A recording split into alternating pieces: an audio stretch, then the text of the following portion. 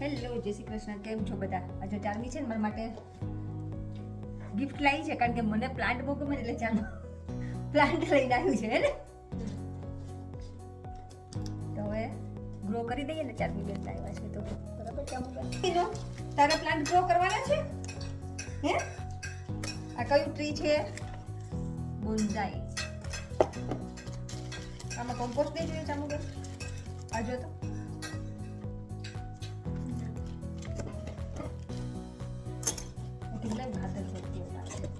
લે 2-3 વીક બહાર રાખવાનું છે અને પછી ફ્રીજમાં મૂકવાનું છે પાછું 3 થી 6 વીક.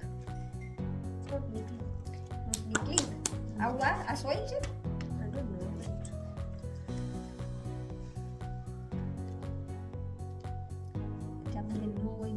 મીનો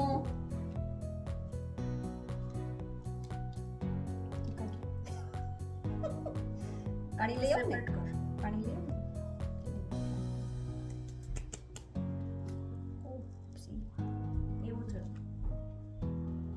કે આપણે ઓલું ખાતર નહીં નાખવું પડે? નો માં ઓકે, આ કંઈક અલગ રીતે બી કરવાનું છે.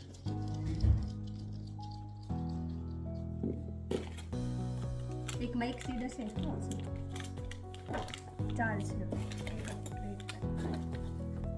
તો 5 આપ્યા છે ને, 4 વાપરવાના. એક સ્ટાઈલ લટકાવી. આ ઝાડને કોઈ દિવસ હું કે આનું પ્લાન્ટ કર્યું નથી એટલે ખબર નથી. ચારની વાંચીને કરે છે. તમે લોકોએ કોઈ દિવસ આવી રીતે બોન્સાઈ ટ્રી ઘરે ગ્રો કર્યું હોય તો પ્લીઝ કોમેન્ટ કરજો. ચાલી હવે સીડ્સ નાખી છે, બહુ ઝીણા સીડ્સ છે. એટલે મને જોવા જતો મેં કેટલી વખત જોયું છે બોન્સાઈના સીડ્સ. અને આ જે પોટ છે ને એ કોકોનટનો ઓલા જે છોતરા હોય ને એમાંથી બનાવેલું છે. જોજે મમ્માને ટોકાને જોજે જોજે જોજે હે જોજે શું કરે દીદી? હે દીદી શું કરે છે? જો શું કરે છે? હું તને આ ભીનું ન થાય તો અંદર ઓલો કેવી રીતે ગ્રો થાય એનો જે રૂટ્સ કેવી રીતે આવે ફોટો બહાર ચાલે એ વાળી મારું માનતી નથી એટલે નાખી ને હમણાં. કા ભીનું પાણી લઈને આવી ગઈ છું. પાણી નાખ્યું છે. થિંક પહેલાં નહોતા સીડ્સ નાખવાના. આખું ફૂલી જાય પછી એની ઉપર સીડ્સ નાખવાના હતા. હવે આમાંથી સીડ્સ કાઢી લે. ના, જસ્ટ લીવ ઇટ મમ્મા. ના નહીં થાય ગ્રો. હું તને સાચું કહું છું. આ બધી આ જે કોમ્પોસ્ટની ડીશ બનાવીને આપી છે ને એ પાણી નાખીએ ને એટલે એ રીતે ફૂલી જાય. પછી એની અંદર જે બિયા આપ્યા છે ને બિયા પછી નાખી દે. મીનો શું બેટા? જા બહાર પ્લે કરવા જાવ હોય તો ચાલો જાઓ, ભાગો. ચાલો ક્લીન ફ્લીમ લેતી જા રે. જો આ બધું અમે છે ને અંદર જો ખાતરમાં શું કહે પાણી નાખીએ. ઓલી ડીશ હતી પાણી નાખ્યું. આવી ડીશ હતી પહેલાં બરોબર. એમાં પાણી નાખ્યું એટલે આવું થઈ ગયું. અંદર બિયા નાખી દીધા છે. હવે ક્લીન ફ્લીમ લપેટવાનું જલ્દીથી દીકરો. ઉપર કોથળીમાં નહીં ઓલા કાણા પાડવા પડે છે જવા માટે કે નહીં?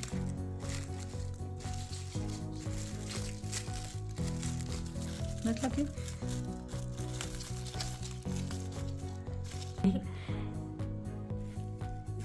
Stop it.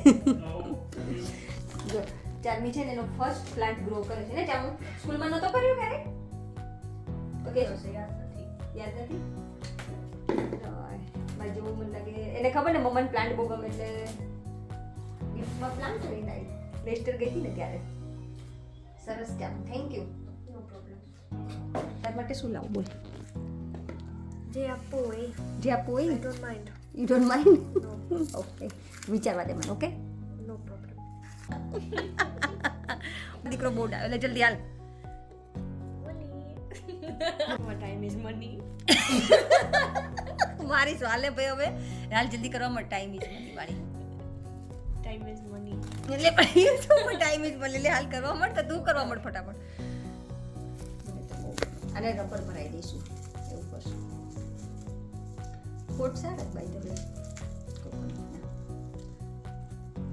ચાલો જો આને છે ને 2-3 વીક આવી રીતે પેક કરીને રાખવાના છે. પછી એના સીડ્સ હોય એ આપણે શું કહે કે ફોટા ફૂટી જાય પછી એને પાછા ફ્રીજની અંદર મૂકવાના છે, ફ્રીઝરમાં નહીં. ખબર નહીં એનું રીઝન શું છે પણ હવે. અને અત્યારે ડે લાઇટમાં રાખવાના છે. જ્યાં સન આવતો હોય ને ત્યાં પણ ફૂલ ડે લાઇટમાં. એટલે હવે જોઈએ જો ગ્રો થશે તો હું તમને કહીશ, કારણ કે મેં પણ ક્યારેય આ ગ્રો નથી કર્યા. ફર્સ્ટ ટાઈમ છે. ચાર્મી બેન લઈ આવ્યા છે.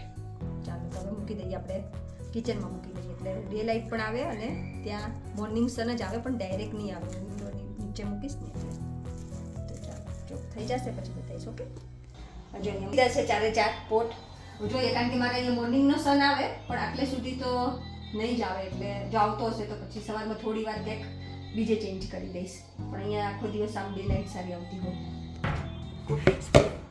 આઈ થિંક મને લાગે સરખું છે નથી લાગતું. હે તને પૂછ્યું હતું કે જાતે બનાવતી હતી? તને પૂછ્યું હતું કે જાતે બનાવતી હતી? પણ ટ્રાય તો કરી. મોટેથી નથી બોલવું નતર સાંભળી જાય ને તો પ્રોબ્લેમ પાછો. આ જો અમારી આશીએ ટ્રાય કરી છે કૂકી બનાવવાની પણ મને લાગે બહુ શું કે પ્રોપર બની નથી લાગતી. ટેસ્ટમાં સારી હશે પણ જે પ્રોપર જેનો શેપ બનવો જોઈએ એને મસ્ત ચડી જાય શેપ બને ને એવું બિસ્કિટ જેવો શેપ જ બને. કાંઈ નહીં ટ્રાય તો કરી ચાલો બરાબર ને ચામુ. લર્ન નહીં કરે તો શીખશે નહીં તો ક્યાંથી આવડશે. એક વખત બગડે પણ બીજી વખત પછી સરખું બને. બરાબર ચામુબેન? યા શ્યોર આમાં ચામીબેને ઓલવેઝ સરખું જ બને કા પહેલી જ વખતમાં હે ને ચામી? તારે કેમ સરખું બની જાય? Because it's just a skill, mama. હા વાયડી તેમાં. અને જો આજે મેં અને હિમાંશુએ ફાસ્ટ કર્યો છે આખો દિવસનો.